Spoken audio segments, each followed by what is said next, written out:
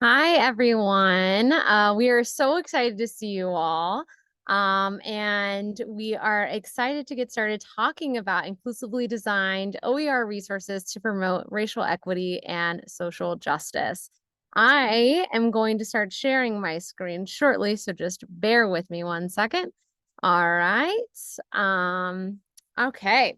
So we're excited to have the team here today to talk a little bit about the process of co-design that we went to design some room in terms of discussing racial equity and social justice. My name is Dr. Kristian Lenderman. I work over at the Center for Inclusive Innovation as a project director at Digital Promise. And I've been working on the project for the past 2 years with our wonderful team from Reynoldsburg City Schools. So I will pass it over to them to introduce themselves.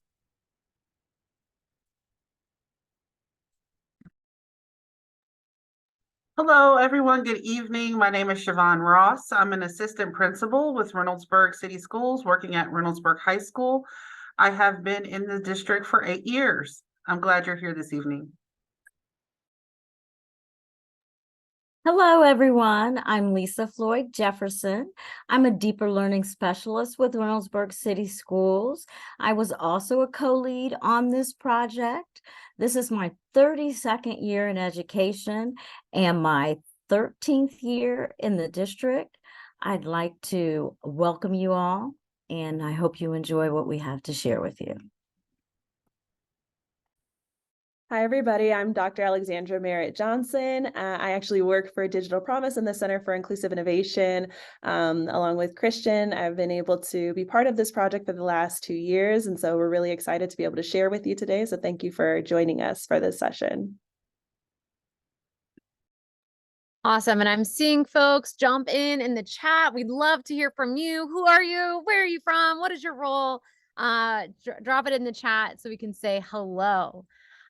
So just a little bit about the Center for Inclusive Innovation and Digital Promise. So we were started in 2020, and we really support school districts working in partnership with communities to co-create equitable power learning opportunities for students. And so this, what you're going to hear about today was one of our pilot projects that really launched the center and really brought to the forefront communities, students, and educators to the table to design and research about an issue that they cared about, and then be able to create these materials that can be used by anyone to implement these really powerful conversations. So I'm just going to go over a little bit of the background of the project, and then I'm going to pass it to our amazing team to really talk more about the work that they did on the ground. We also are a very, I don't know if you can tell, informal and friendly crew. So if you have questions, we'd love to hear it in the chat. Definitely want to make this as interactive as possible, because for some of us, it's the end of the day. So we just would love to hear if you're having any questions, drop them in the chat or come off mute. We'd love to hear from you. So the why. We really started this project thinking about what does it mean to have OER for racial justice and social justice? And so thinking about where educational systems are, where educational institutions are in terms of being able to address inequity and bias in our practices, in our systems, and in our classrooms. And we're really thinking about why this matters, because as the student body gets more diverse, our teaching workforce is really not keeping up with that diversity. And so we need to make sure that all educators and all systems are prepared to really address the needs of a more diverse student body and be really aware of how to have the critical conversations that we need in order to make sure that we are preparing students for the conversations and for the world that they're going to be graduating into. And so really the crux of this project is around making sure that teachers need increased cultural competency, capacity, and resources to effectively integrate racial justice into their teaching. And then students need that for their learning in order to be future ready. So the basics of this project began in October of 2021 and ended in earlier this year. And it was funded by the William and Flora Hewlett Foundation foundation. And really, we wanted to use the model of inclusive innovation, which you're going to learn about today, to create these OER PD and classroom resources that folks could use and take in order to implement these conversations. We had one core district, Reynoldsburg in the house, who were really our design team. And then we had 12 pilot districts that helped us along the way by giving us feedback and really trying to think through how can we co-design these resources to really work for all educators. And so the outputs of this project really from the beginning has been around online teacher professional development that is in the public domain, that is licensed in a way that is free and perpetual permission, and really focuses on being accessible for educators depending on their knowledge and where they start their journey, and also scalable and adaptable for different environments, because we know not every school district not every educator is in the same space as they begin this journey. We also wanted to make sure that we had tools and resources that folks could take and use in their classroom to implement these specific types of conversations. And so really starting from there, we began the journey of inclusive innovation in Reynoldsburg City Schools. And so I'd like to pass it over to Lisa and Schyvonne to talk about the specific context of their district. Once again, hello, everyone. As I said, I'm a deeper learning specialist serving as an instructional coach and co-lead for this project. We have a very diverse district, as you can see from the demographic breakdown. We have 39% of our students are Black, 25% of our students are white, 17% of our students are Asian, and represented within this group is a very large Nepali population. 10% of our students are multiracial, and 9% of our students are Hispanic. We have 11.5% of our students are gifted, 14% have disabilities, 62% have economic disadvantages, and 16% have limited English proficiency. So as we get started, before we go any further, let's take a moment to collect some data to find out your comfort levels with co-design. We want you to just drop in the chat, either not comfortable at all, semi-comfortable, pretty comfortable, or very comfortable. We want to see who we're working with today. So we'll take a moment. Got a couple really comfortable people.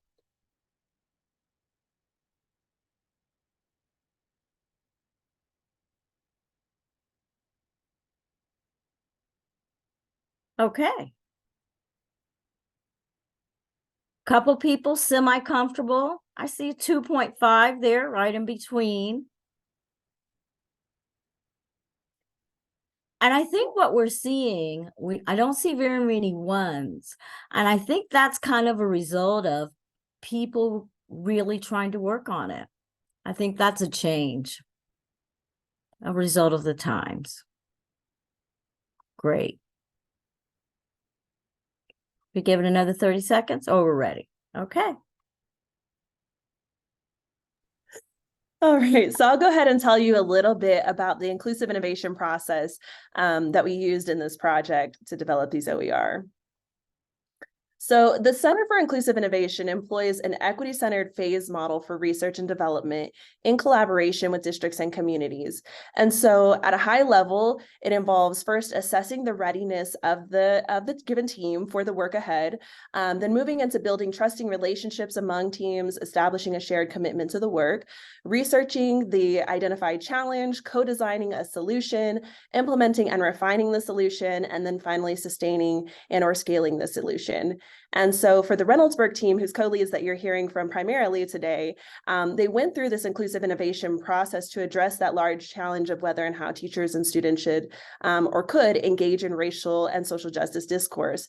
And the solution that they designed, which they'll tell you about, was the Socratic circles. All right, so through that inclusive innovation process, the work that we do is really undergirded by 6 core tenets. So the first being that research and design of projects are co-led by community. The second is that we engage in a process of co-research and co-design. Third, we prioritize the context expertise of those with lived experience relevant to the challenge. We bring an equity lens to the work that is responsive to the lived experiences and histories of those furthest from opportunity. We also want district communities to not only co-design the solution, but also be the direct beneficiaries of the solution. And then we are also intentional about building the capacity for communities in our district communities to continue the work when our partnership ends. All right, so I'll pass it on to Schyvonne to share with you about how we inclusively design these OER materials. All right, hello again, Schyvonne Ross, Assistant Principal and co-lead of this project with Lisa Floyd-Jefferson. And so as we moved through the inclusive innovation process, and once we identified our community assets, we did a root cause analysis that helped us identify 3 root causes of our challenge area in our district. And so we came to understand that the challenges that teachers faced in having racial equity and social justice discourse in their classroom were based on these 3 items here: fear and political influence, lack of comprehensive and inclusive curriculum, and lack of awareness.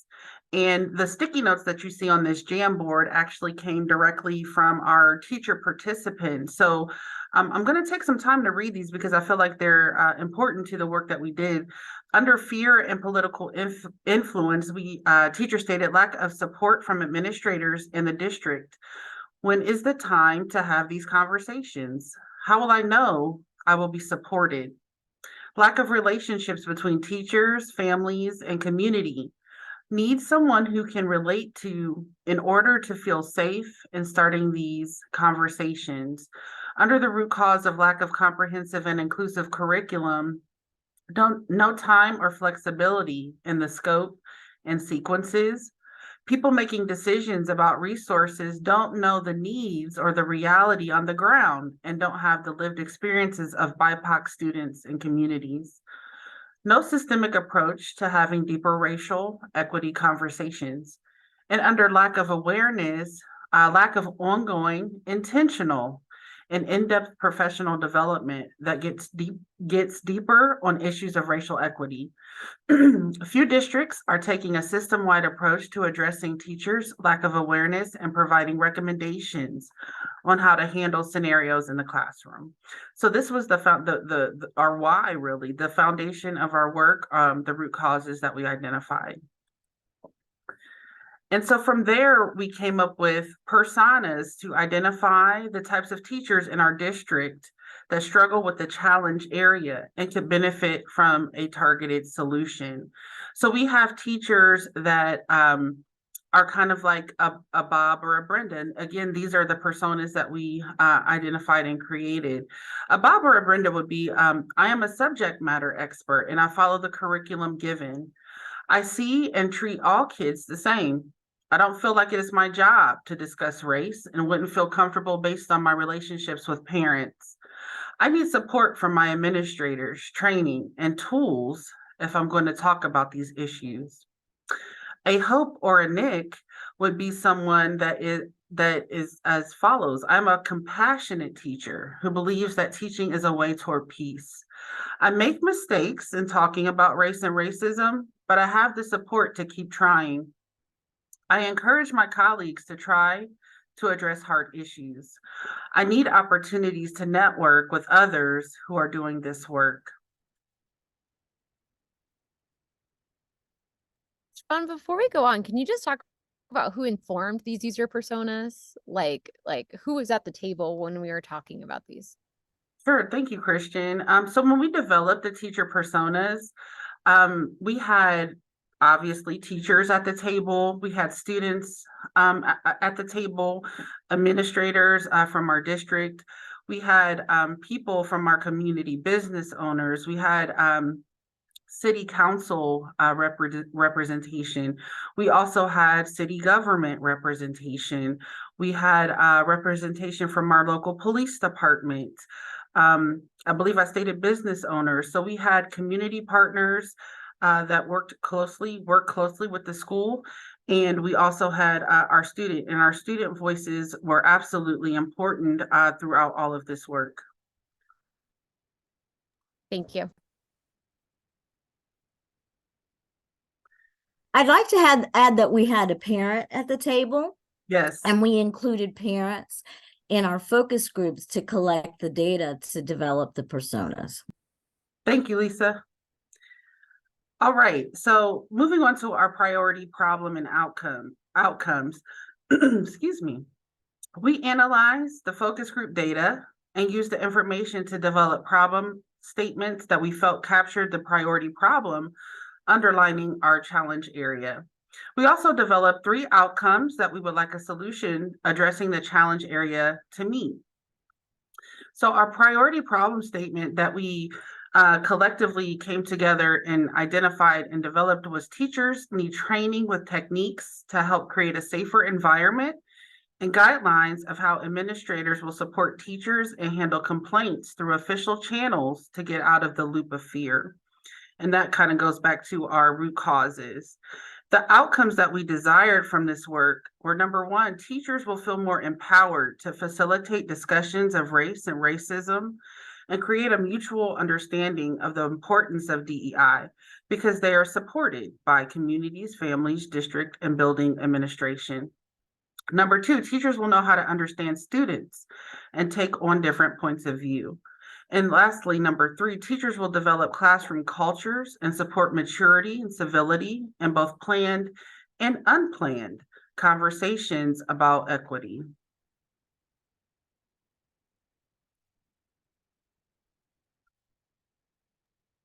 So I'm going to talk to you a little more about how we landed on the idea of community Socratic seminars. We used the priority problem statement to brainstorm a variety of solutions. And as a team, we voted on the solutions. I always like to make sure that people know that the students had 3 votes to our 1 vote. Because they are the primary stakeholders, we wanted to make sure that their voices were heard. And so we voted on using the Socratic seminar, but we also made sure that we wanted that everyone was ready. So it wasn't just a Socratic seminar, it was the tools that we're going to share and discuss with you in terms of them getting ready. The Socratic seminar and the culminating project was a community Socratic seminar. I'm going to read the slide to you. It says the why. The goal of the community Socratic seminar is to engage diverse community members, including students, parents, teachers, and other interested residents in dialogue around issues related to racial equity and social justice. The team believes that doing so will have 2 benefits. 1, it will enable the community to come together around important, timely issues. And 2, it will build community understanding about why this type of dialogue is important to students and ideally build support for school-based activities related to these issues. I want you to think about teachers.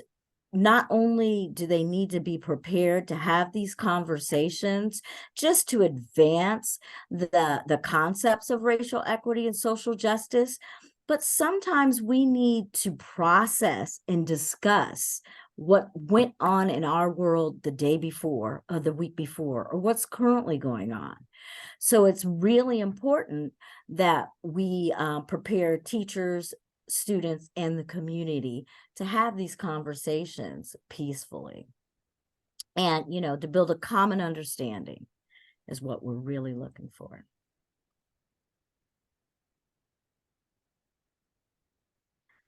More on that.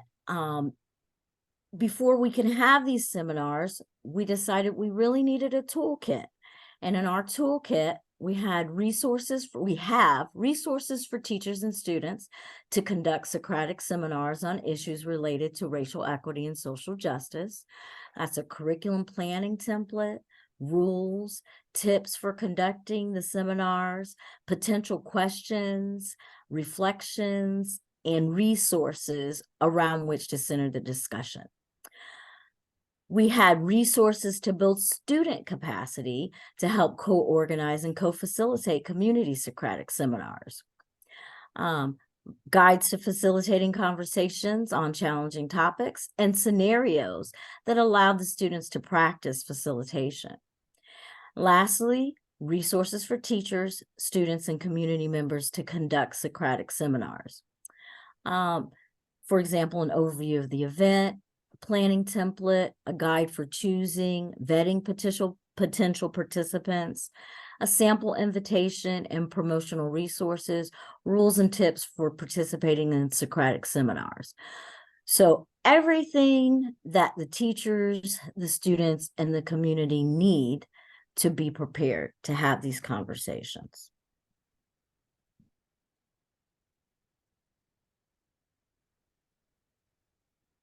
So one reason we chose this, we want to look at what are the benefits of Socratic seminars. One, they help learners to develop and refine critical thinking, listening, and speaking skills. Deepens learners' understanding of a text, concept, or topic. Encourages collaboration and civil discourse, and works to build empathy in the learners. That's really important because you're talking about what's personal and core to people's identities and families. So you have to have empathy. Provides learners with practice to support claims and arguments with evidence. Serves as an initial brainstorm step before formal argumentative literary analysis or informal informational writing. And Socratic seminars for racial equity. It's the structure that can help students stay on track and promote civil discourse. Different roles allow for students to engage and be comfortable.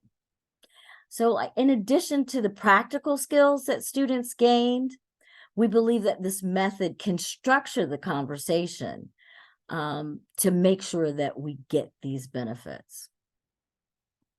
I listed these benefits, but I want to make sure that you know that these are just some of the benefits of the Socratic seminars, but not to limit our Socratic seminars. There are a lot more benefits to this. So most important, we said we at STEM Middle at Baldwin Road, we use the design cycle, and that was real important here. And part of the design cycle is that you design the product, you collect data, debrief, tweak it a little bit more, and do it again. And that's really what we did with the Classroom Socratic seminar implementation. We had, over a course of 4 weeks, we had 4 different ones. And the students had Socratic seminars in all of their content areas. Schyvonne's going to tell you a little more about that. And every time we debriefed, we talked about what went well and where we had room for improvement. And we tried to tweak it and move on. And so by the time we got to our community Socratic seminar, things were running like a well-oiled machine. Students were well prepared to facilitate and participate, and so were the teachers. All we had to do was take our time to get the community together, and that's what we did.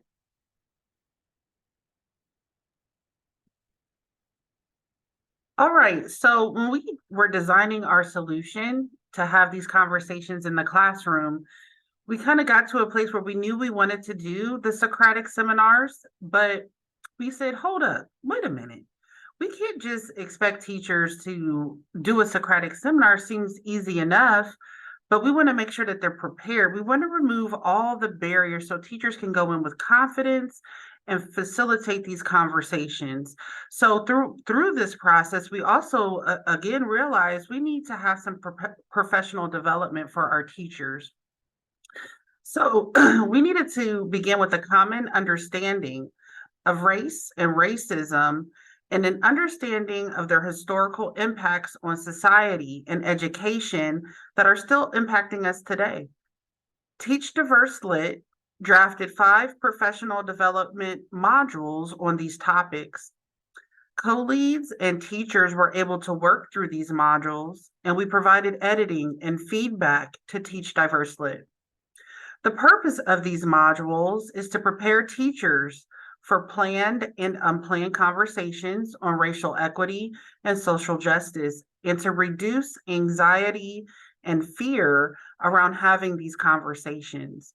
And so there's 5 modules, and each of the modules is on a different topic. So module 1 that was created is about contextualizing race in America. Module 1 also has race and schooling history, race in the classroom. Module 2, reflecting on and acknowledging positionality, reflecting on self in relation to students, committing to the journey. And module 3 includes preparing students for discussion on sensitive topics and healthy racial dialogue, designing the content. And then module 4 is designing the content and the space. And module 5 is facilitating healthy racial dialogue. Schyvonne, can you talk a little bit about how you decided that these should be the topics? Like, did you decide that, or how were these picked? So again, from our co-design team, which was again inclusive of our teachers, students, parents, our community partners, we really came to that decision as a group. But I think mostly it was the teachers and the students that we heard their voices. Teachers were saying, going back to those personas, teachers were we want to do this, but we don't feel prepared. We might not have that background context or that knowledge. Our teachers that are not in the BIPOC community, we don't have that lived experience. So teachers were recognizing themselves that they needed a little support in that area. And our students also recognize that teachers may not be comfortable having these conversations. They might want to, and students were also saying, we want to have these conversations. We want our teachers to feel prepared. And so that's kind of how we needed that common understanding of race and racism in America, and specifically how it plays out in the school system. Can I add something to that? I want to add that the first couple of modules, we all learned a lot from the content within the first couple of modules, because what you will find within the first couple of modules are things that you were not generally taught in school. You were aware of, and you only speak of them in certain circles, or you just don't speak of them at all. But understanding historically, factually, how we got to where we are is very important before you begin this, to have these conversations. It's important to know how we got to where we are here in America.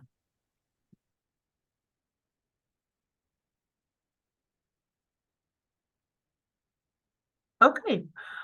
So teacher preparation also included professional development, included reading, discussing, and participating in the activities that were detailed in our Socratic Seminar Guidebook, designed to prepare teachers and students to lead and participate in meaningful discourse about racial equity and social justice.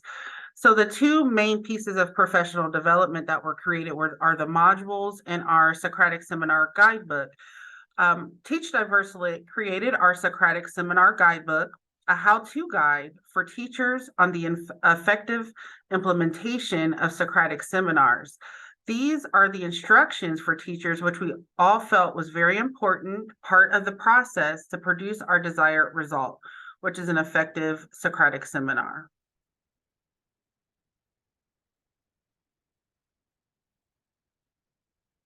All right.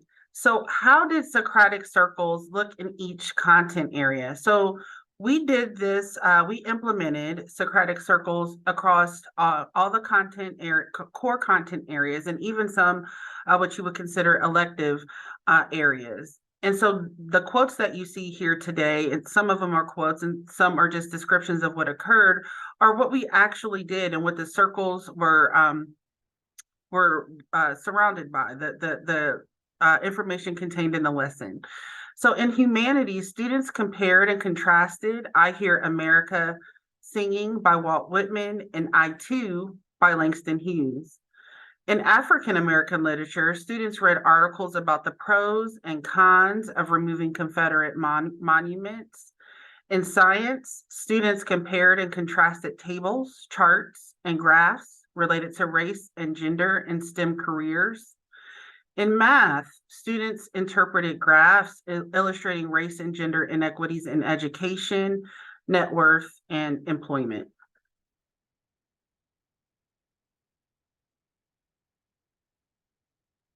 Okay, so let's get into talking about how we measured the impact of these Socratic circles.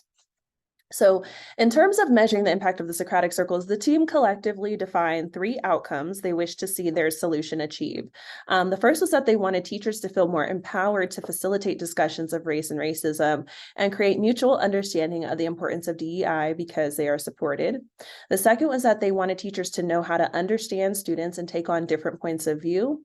And then the third was that they wanted teachers to be able to develop classroom cultures that support maturity and civility in both planned and unplanned conversations about equity. All righty, so Lisa kind of defined or talked to you a little bit about the implementation plan. Alongside that implementation plan, the team also employed a continuous improvement plan that followed the clear sequence of implementation. So that involved planning for the implementation, actually implementing, and then collecting data, analyzing it, and then debriefing about that implementation data and the experiences, and then making a plan to move forward to the next implementation cycle to kind of further that continuous improvement. And then, of course, all of that leads or culminates in a final plan for sustaining and scaling the solution. And so and so the team collectively used a few instruments to help them kind of define that continuous improvement process. The first was their teacher post-implementation survey. The second was their community post-implementation survey. And then they also did post-implementation debriefs. And so all 3 of those data sources were used to really understand how the solution was making progress toward those team-defined outcomes. So a few of the data insights, and I should say, I think that it was really great that the team, in addition to collecting surveys, they also did these post-implementation debriefs, because the surveys really gave us some kind of concrete evidence that the solution was making that progress toward those team-defined outcomes. But to really dig into continuous improvement, it was those those debriefs that really helped kind of flesh out some of the nuances and areas of that needed refinement. Okay, so just to share some of those insights that came from those debriefs. One was that in addition to the preparation around historical and the modern underpinnings of the racialized landscape of education, teachers also needed some practical knowledge about Socratic circles and things like how to monitor tensions that may arise or utilize effective discourse facilitation moves to foster healthy open dialogue. We also learned that students needed preparation with the topic area vocabulary and concepts, but they also, just like the teachers, needed that practical knowledge about Socratic circles. And then the third data insight that we want to highlight is that students needed variation in access points for participation and leadership of Socratic circles. As you all well know, not every student is going to be jumping to find opportunities or jumping at opportunities to speak or lead. And so the team really had to be thoughtful about other pathways for participation for students.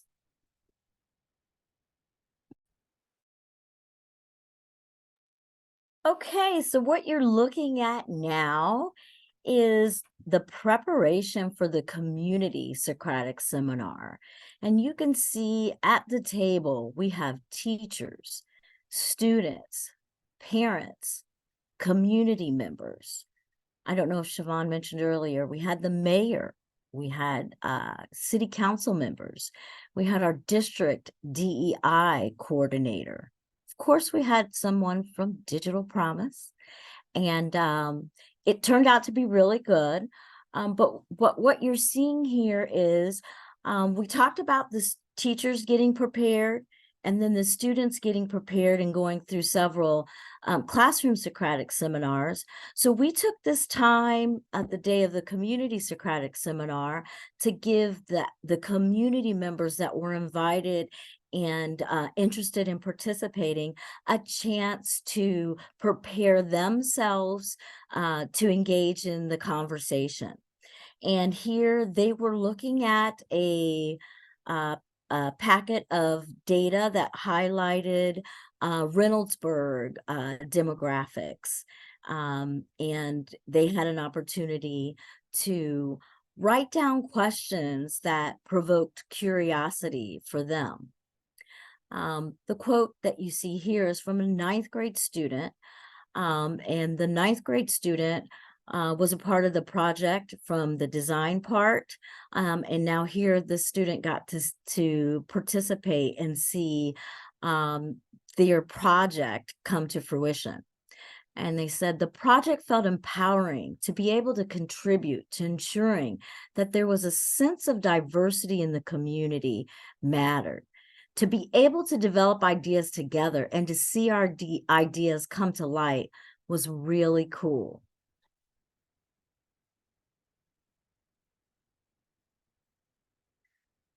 After everyone got prepared, went through the data, developed their questions, and of course, we gave them a little dinner too.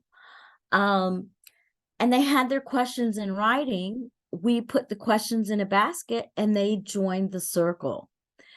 They were given the agreements that guaranteed a safe, inclusive space, and students began reading the questions that they had received from the group.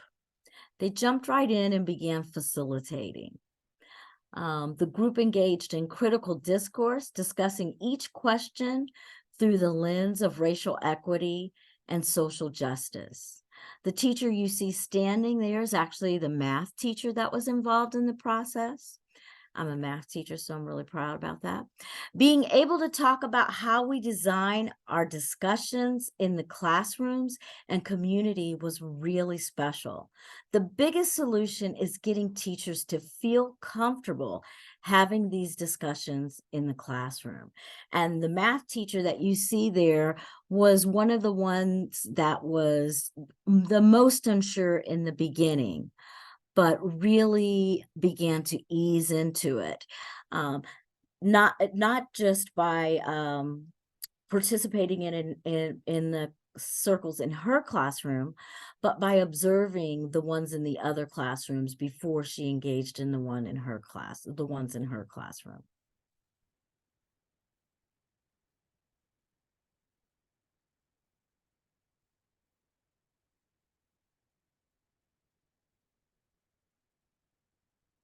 So we have one. What happened? I don't know what happened, but keep going, Lisa. Use your wonderful personality. Okay. I'll be back. So we How's that? we do have another question that we have in the chat for you. We want you to answer in the chat. We want to collect a little more data. The question is, what tools would be most useful for you in your work? What tools would be most useful for you in your work in order for you to reproduce the Socratic seminars? Remember, we had modules, professional development modules. We had agreements, handouts, ways to start sentence starters, and we had the guidebook as well. Which of these tools would you find helpful? And if you've done this, also, what did you use that made it that made you more comfortable?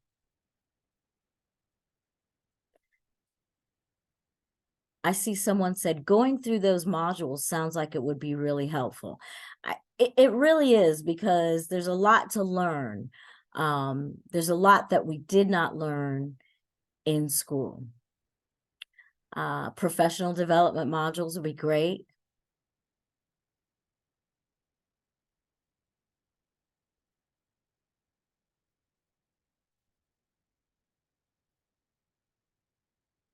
Anyone else? The other part I asked about that is, for those of you who are already pretty comfortable, what helped make you comfortable? Give us some insight.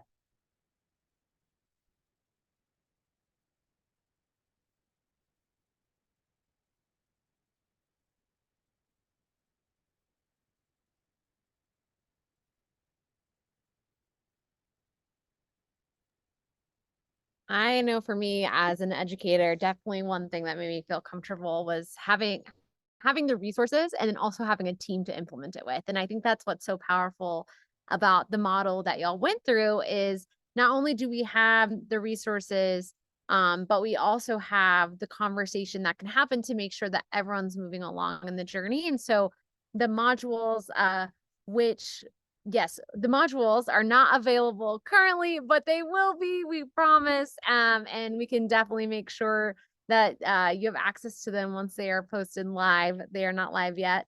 But being able to do those in community with others, we found to be really important through that implementation process. And so as we're designing, one thing that I don't think was mentioned, as all this data was collected, all this feedback, all this learning, all of that went into the resources too, right? And so we were able definitely to pilot it and see how the resources work so we could improve upon them.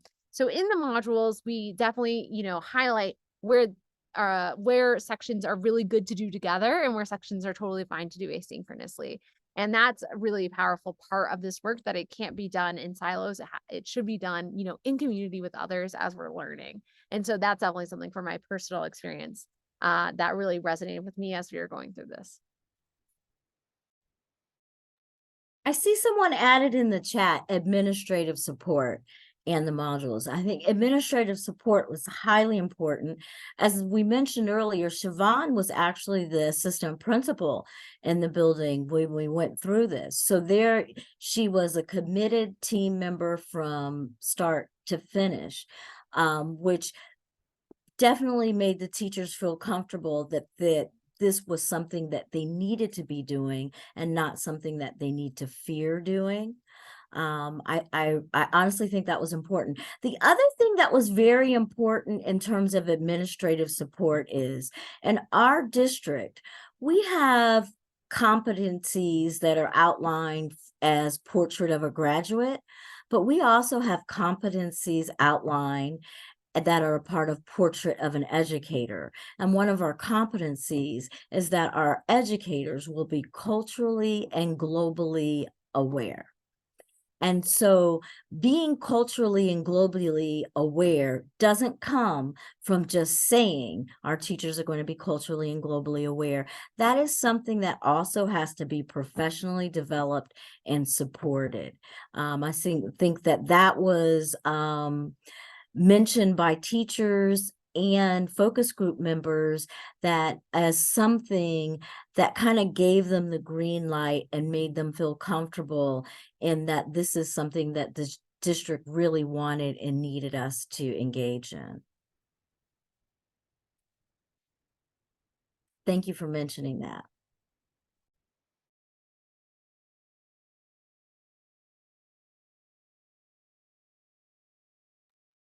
Great. Well, I think now we're going to transition over to the Q&A part of our time together. I think there's so much that we could have talked about, because obviously this was, a 2.5-year long process of co-research, co-design, and then implementation, learning from that, and really having the materials then be generated from all of that learning. So there's definitely a lot more that we could say, but we also also want to respect y'all's time. So we'd love to just open the floor for any questions or comments that you have. Any things that you're thinking about as you're listening to the session. We'll leave the floor open.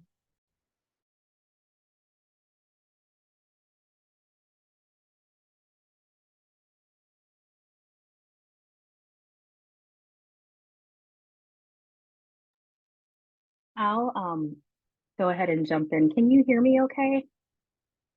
Okay, awesome. This was really interesting. I really like I said, the K through 12 example of this. I think that's oftentimes missed, excuse me, in open ed. I'm also wondering, and maybe this question is not necessarily relevant. You know, I'm very familiar with Reynoldsburg's school district, just being down the street from it. It is a very diverse school district. And a lot of these students in some way have to have the racial literacy skills because they are from racially minoritized backgrounds.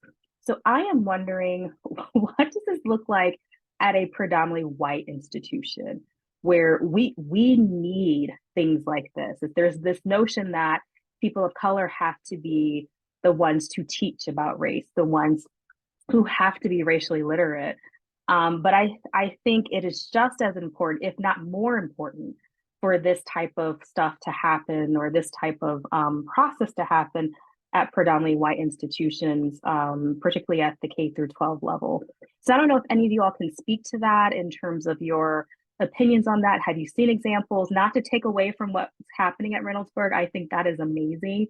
And it's not surprising that this went, you know, relatively fine because of the, you know, we don't have any other choice but to think about our racialized experiences as people of color. I'd like to say that when I was at the Metro School, I was one of the founding teachers at the Metro School on the Ohio State University campus. We use Socratic seminars as an instructional strategy in a variety of our classrooms. While we did a good job with using Socratic seminars to address a variety of content and topics and issues and concerns. We did not professionally develop the teachers on what they bring to the table versus what the students bring to the table, or how we got there. That is something that was a part that we skipped over. But what I found in that environment was that the students were more willing to talk and engage because they were used to having that privilege of having their voices heard anyway. And so I think that is, I think that part, the conversation part, is going to be fluid, but teaching them about how we got to where we are in terms of racial inequity is something that we did not actually engage in, and I would like to see. But as an instructional strategy, it's a solid strategy for giving a voice to the students whose voices are often marginalized. It's also a solid strategy for allowing the student questions to drive the conversation and the content. But I cannot speak to preparing them the way that the modules did. I cannot speak to that. I haven't quite had that experience, but I can say that Socratic seminars are not necessarily brand new to the predominantly white institutions. I wanted to jump in and say that regarding predominantly white districts or schools, a movement starts with one. A movement starts with one person, whether it be a teacher, whether it be a custodian, whether it be someone in central office. So if there's one teacher, one person in that district who values this work, values racial equity and social justice, that's where it can begin. And so how does that look, fleshing that out? So I think coupled with that is the administrative support piece. So if you have people, administrators in that school building, if you have administrators in central office who believe in that work, who believe that it's necessary to go out into the world with a broader lens, and we're talking about respecting people for who they are, if that belief is in one person in that district, then I believe that there is room for this work. So do I believe that this type of work can be done anywhere, regardless of the demographic makeup? Yes, I do. It just takes one.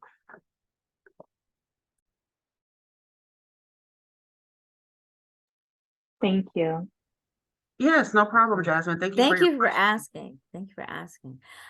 I want to address the other question in the chat. It says, what are some of the difficulties that you were able to overcome given today's political climate?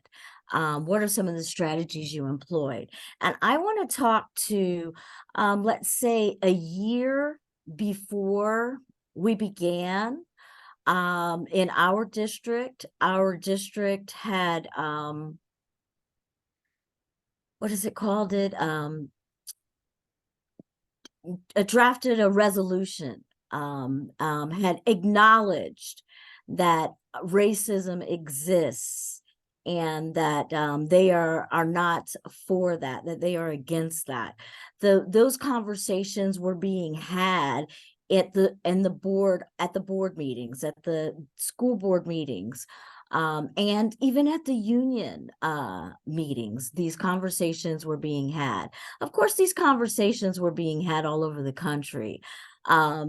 Yes, you see my name is Lisa Floyd-Jefferson. I think a lot of things began to happen after the killing of George Floyd. It was no longer, people were no longer able to just ignore it and not talk about it.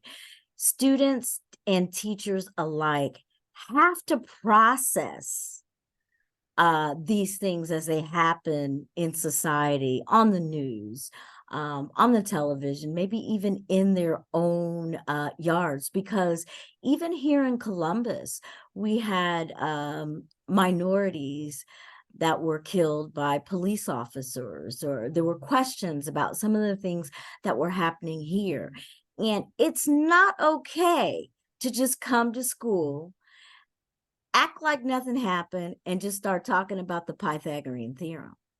So I think that one of the difficulties that was overcome is understanding that we have to have these conversations. We're going to have these conversations, and nobody expects you to be an expert, but we do expect you to commit to the journey and get better and better. We also expect you to expose yourself to the diversity that exists within our community. That's one of the best ways to get better, is to begin to talk to people who don't necessarily look like you or live like you, so that you are not speaking from the unknown or the assumed realm of what's happening. We learn best from speaking, talking, and critically thinking about what has been said, even more so than reading about it. And so I think that is the biggest thing that was overcome. Our superintendent is interested in scaling this out across the district, because these conversations have to happen. Even more importantly, the thing that we talked about is the conversations are going to happen with or without you. Do you want it to be the blind leading the blind? If not, then you have to commit to this journey, do the work, learn what you need to learn, and begin to learn how to talk to all different types of people. There was one more part. What are some of the strategies that you employed? Hey, Lisa, I yeah. think that we are about at the end. Rachel, Okay. our timekeeper, will let us know. I think we may have, Rachel, I'll let you tell us what's next, and then.